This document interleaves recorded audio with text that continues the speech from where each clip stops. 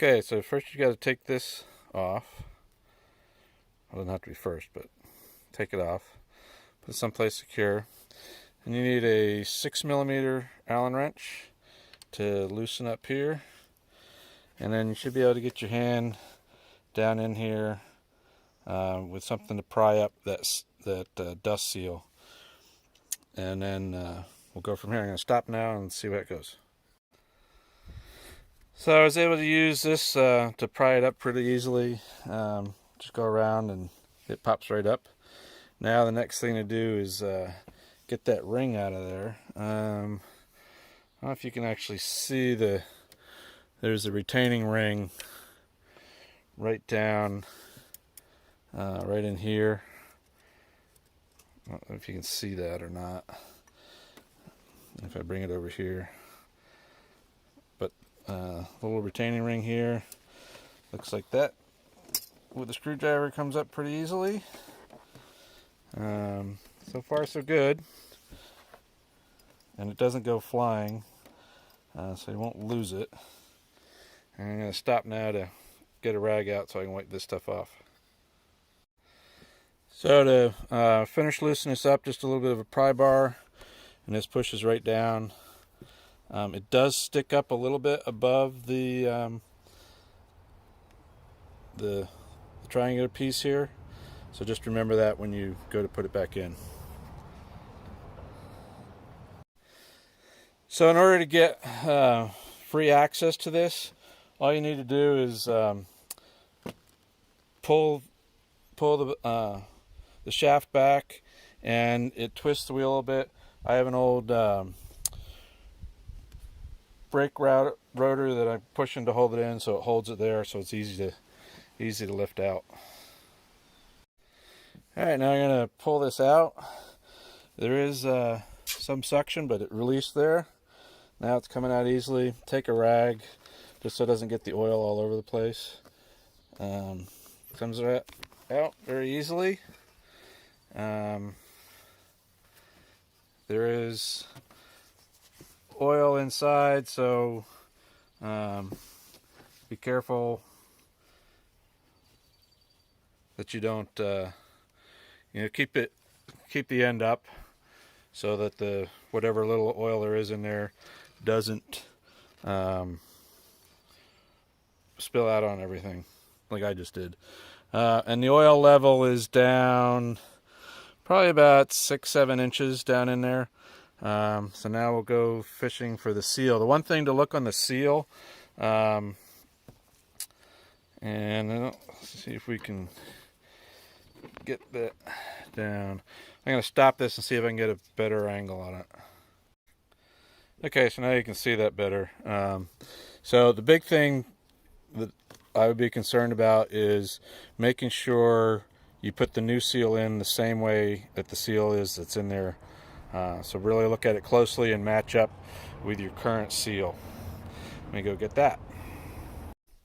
Okay, so here's the seal, and you can see this is pretty flush with the two sides, and on this side there's a step, and so the step part is going to go down,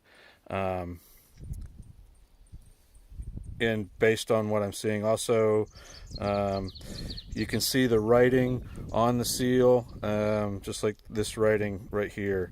So that's the way it's going to go in. And then what I've seen is you use a 36mm socket to push this down in with. We'll see how that works. So let me play with this a little bit and I'll turn it back on. So this is the brake rotor I have holding the wheel over so I can get the strut down like that. That way I don't need a second person. Okay, so here's the seal puller, and let's see how this goes. Probably use the smaller one. No.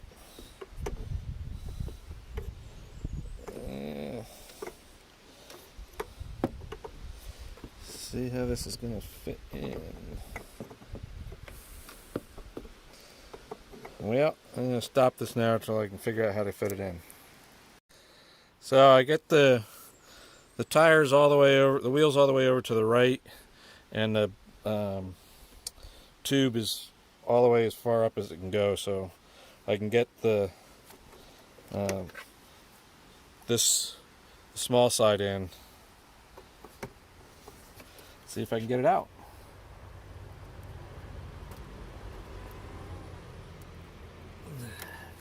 There we go.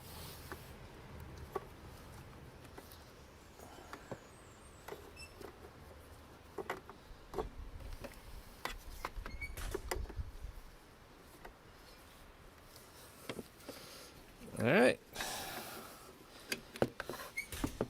It's out. And there's lots of cracks. Oh, maybe not. I don't have my glasses on. But it's out. I'm going to put the new one in. So I'm going to stop it now. And we'll be back to put the new one in. So it's all cleaned out now. Move this over a little bit. I got the washer out. I'm going to clean that off. It was pretty simple. Basically, I had to get the strut all the way up to the front here so I could use the seal puller to get it out. But once it's all the way over to the right, like it would be, there was room to get it pulled out. So it's cleaned up. Now I'll clean up the washer, put that back in, and then put the seal in. Pause for now. So putting the washer back in, much better. That just slides right back in there. And I got to get some oil to put on the seal. So I'll do that and drive the seal in. And remember, it goes this way.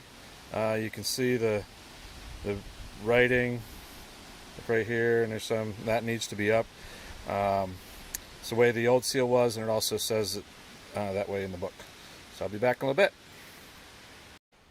Okay, so now the seal's in. Here's the 36mm socket. Make sure it's all cleaned off. And we'll try driving it in. So just put it in here like this, and then hit it with a mallet here. Tap it in. So I'll be back after it's all done. Okay, so it's all driven down. Didn't take too much effort to get in there. And now I got to put the clip in, and then I think we'll be ready to go. Okay, so here's the clip. Didn't get a new one of those, and just pop it in here. You really can't see with my hand in the way. I can't see either. But that just snaps in. Make sure it's all the way seated in its ring. But that's in. Now I'll put some oil on the end of the shaft and slide it in, and that should be good to go. Alright, so that's in. Slide this baby back in. So this, I'll show you, that slides in really easily. There is a vent hole right here. It does not have any vents on the top like it shows in the book. So I don't know if this is a vent. I'm going to go back and look at the book a little bit closer, see if I can find another one. But you see it goes in pretty easily. Now we're get the dust ring down. You know, it bounces back. There's obviously some air in there. But I'm really wondering if that's a vent. I'm going to go back and look, like I said, look at the book again. And I'm going to go get the other seal and show you how the springs work. So you can see right up here, the springs are a little messed up. And over here, that's probably what contributed to. And there's some here. It looks like there could be some cracking down in here. And I don't know if these are from pulling it out or not, but I got here and here the springs are messed up, or the spring is messed up on here. So it was definitely time to replace this seal. That way I won't have any problems with it on the trip. So, be back soon. So the best I can figure is that the book is wrong, that for the picture they have for the R1150RS, this actually matches the R1150RS tube, and looking at Max BMW website, they show this kind of configuration for the RS, so I'm guessing this is a vent. So we'll see. It's a 10 millimeter socket on this, right? Yep, 10 millimeters. Of course, you gotta hold the tube, and that's not going well. Pull it back some. Nope. I guess I'll put it back in the handlebar and clamp it that way and try it. So to get the dust seals back on, I used an extension and just tapped it down around and just check it to make sure it's all the way seated. So here it is back on in the handlebar. I'm tightening up the Allen bolt here. What I did is I have it what appears to be the same height above as this one is, since this one hasn't been touched. This was a little bit lower, but I figured if they're matched, they're going to be good. There really wasn't that much of a difference between the two, but just want to make sure. So now tighten this up and use it as a clamp as well as tightening it. I need to find the specs on how tight this should be, but for right now, give it a good tighten, and then maybe I can get the vent loose. That worked. So figure that let the air out, and just tighten it back up, and then find it if there is a spec for this bolt. I don't know if I can get a torque wrench in there. Might not be able to, but we'll have to wait and see.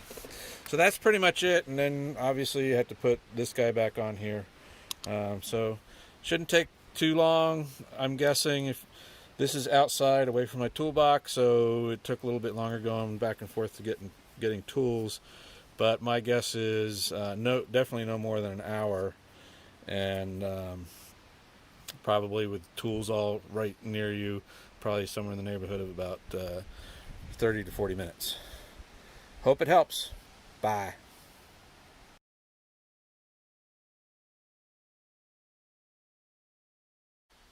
So the book says these are supposed to be 0.2 inches above this piece. So this one was much lower. So I had matched this one to this one. So I decided, I'll bring them up to 0.2. And since I had this loose, I went ahead and changed the dust boot down there since the other one was cracking. And that centerpiece in here, that brass nut, is a valve, because when I loosened it back up to bring this, there wasn't any resistance, so that is the valve. Let's see if I can get this open, show you what I'm talking about.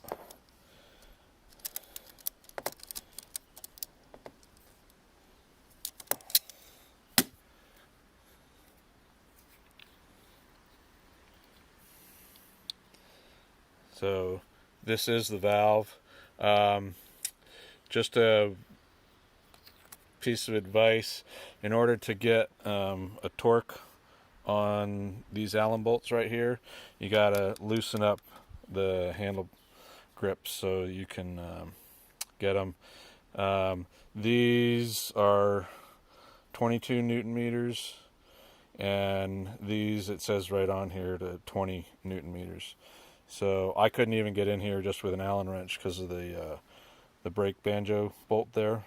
I could get in over here with the Allen wrench, but I couldn't get in there with the torque. So what I ended up doing is gapping so these two match because I didn't feel like loosening that up. But it's cranked down there pretty good. So it's all done. I'm happy. I'm going to take it out for a ride. I don't know if that's going to happen today or not because we're going out in about 3 hours and I've got to mow the lawn yet. So, but the good thing is it is done. So you should be able to do it without any problems, and being in the garage with all your tools there, it'll go a lot faster. Really the hard part was getting that seal out and then prying this a little bit to shove the